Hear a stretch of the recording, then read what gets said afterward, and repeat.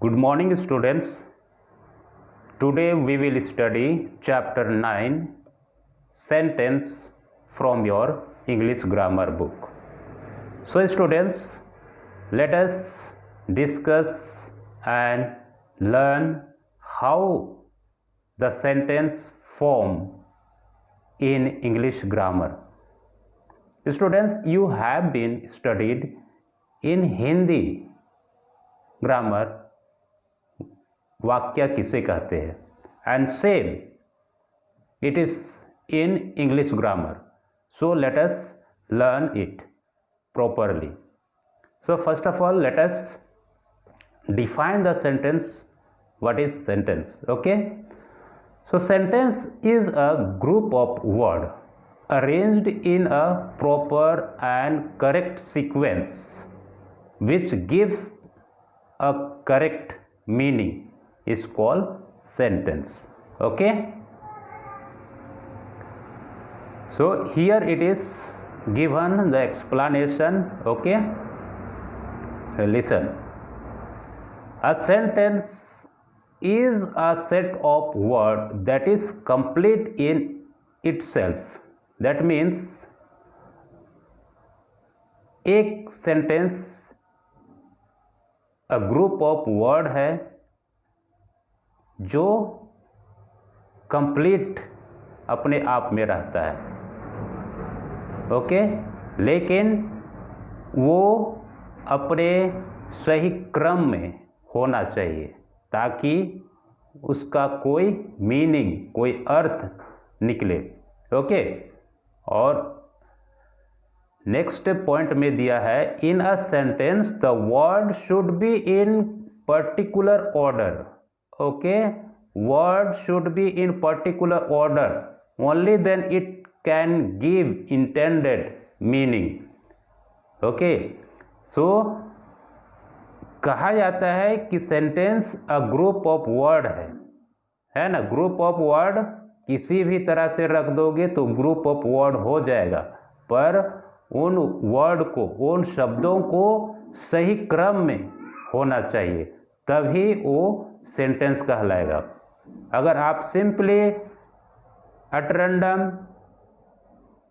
Word को लिख देंगे तो वो सेंटेंस नहीं कहलाएगा जब तक वो कोई अर्थ ना दे.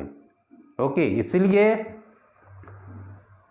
शब्दों को एकदम सही क्रम में होना चाहिए ताकि उससे एक अर्थ निकले, एक मीनिंग निकले. एग्जाम्पल में यहाँ दिया गया है, देखो पहला एग्जाम्पल में दिया गया है is not heavy traffic the night during the. Is not heavy traffic the night during the. Okay, यहां देखो ये ग्रुप ऑफ वर्ड है. ये ग्रुप ऑफ वर्ड हम इसको कह सकते हैं, पर क्या ये करेक्ट ऑर्डर और करेक्ट सीक्वेंस में है? नहीं है, जिसकी वजह से इसका कोई मीनिंग और कोई अर्थ नहीं है.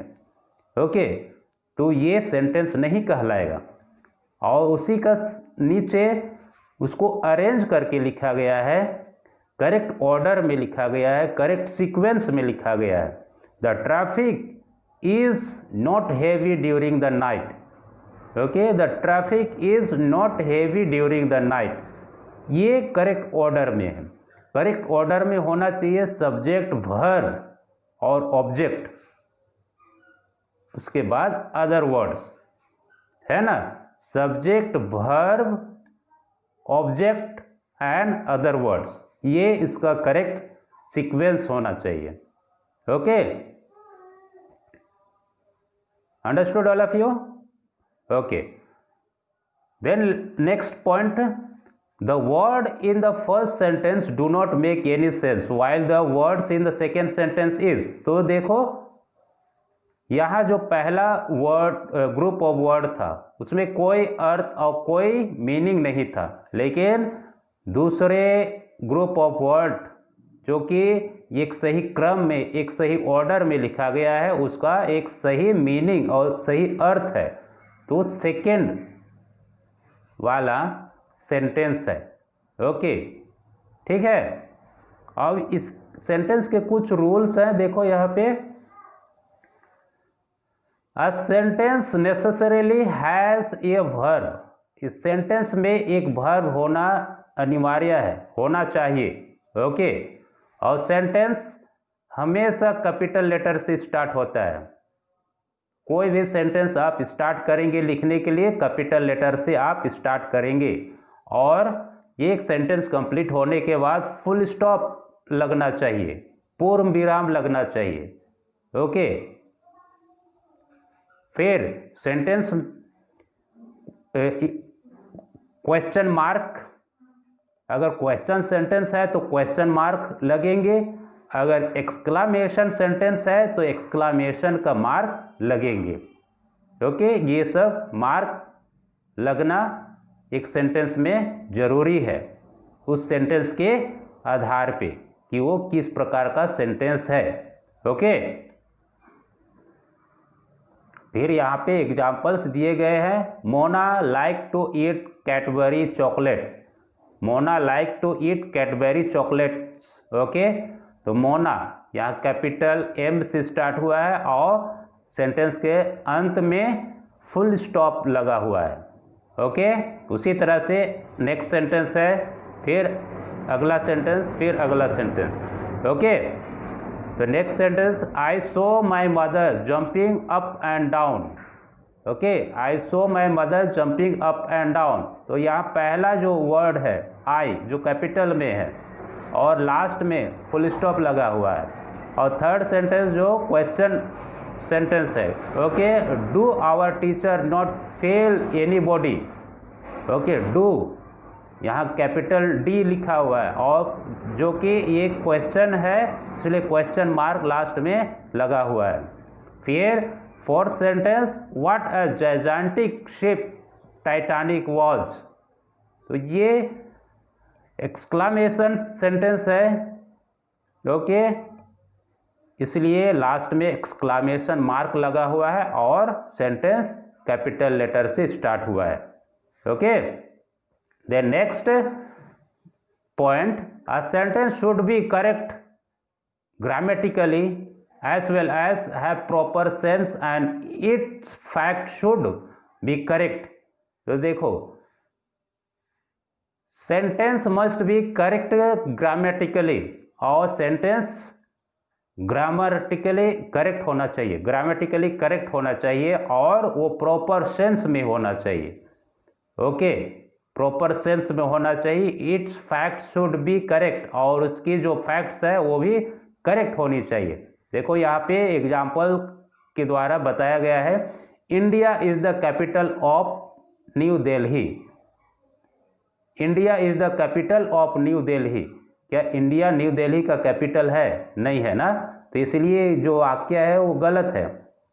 ठीक है, India is the capital of new Delhi, तो एक तरह से हम कहें तो क्या है, इसका जो अरेंजमेंट है वो सही है, पर इसका जो सेंस है, प्रॉपर सेंस है और फैक्ट्स हैं वो गलत है ना। तो इसका प्रॉपर सेंस और इसका फैक्ट शुड भी करेक्ट होना चाहिए। हम किसी तरह से लिख करके उसको सही कर देने से नहीं उसमें चलेगा। ओके, देखिए India is the capital of new Delhi, इसका जो वर्ड्स का अरेंजमेंट है वो सही है, इसमें कोई डाउट नहीं है। ओके, ग्रामेटिकल सही है, इसमें कोई डाउट नहीं है, पर उसका प्रॉपर सेंस नहीं है। ओके, है ना, उसका प्रॉपर सेंस नहीं है, इसलिए वो गलत है। ठीक, फिर new Delhi is the capital of India, new Delhi is the capital of India, ये सेंटेंस ये प्रॉपर सेंस में है और इसका एक सही, इसका फैक्ट्स सही हैं। ओके, ठीक है, तो ये होना चाहिए। अब जब लिखते हैं हम उलट पुलट के कभी कभी लिख देते हो तुम लोग। ओके, तो वैसा नहीं होना चाहिए। ठीक, उसका सेंस, उसका फैक्ट शुड भी करेक्ट होना चाहिए, तभी वो सेंटेंस सही होगा। The kitchen went to mom, the kitchen went to mom, kitchen went to mom, क्योंकि यहाँ भी देखो जो अरेंजमेंट है वो हम सही कर सकते हैं, है ना।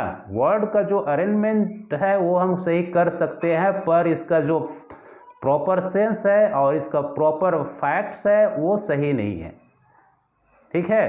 किचन, यहाँ भी हम किचन को सब्जेक्ट ले सकते हैं, वेंट वर्ब है ना, और इसको हम ऑब्जेक्ट ले सकते हैं, पर ये प्रॉपर सेंस और इसका फैक्ट सही नहीं है, तो ये गलत है ना। मॉम, मॉम ये मम्मी है, तो यह किचन मम्मी के पास नहीं गया, है ना। उसका अरेंजमेंट जो है वो सही हो सकता है, पर उसका जो प्रॉपर फैक्ट्स और प्रॉपर सेंस है वो सही नहीं है, इसलिए वो गलत है। तो अगला sentence, mom went to the kitchen, mom went to the kitchen, ये ग्रामेटिकली प्रॉपर सेंस में और इसका प्रॉपर फैक्ट्स करेक्ट है।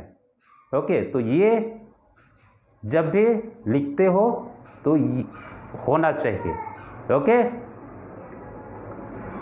फिर अगला जो दिया है एक्सरसाइज दिया है।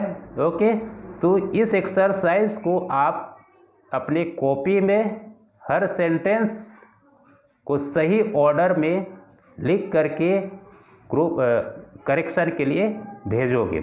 ओके, तो आज के लिए यहीं तक देखते हैं, और अगले वीडियो में हम सेंटेंस के टाइप्स पढ़ेंगे और सीखेंगे। Okay, thank you.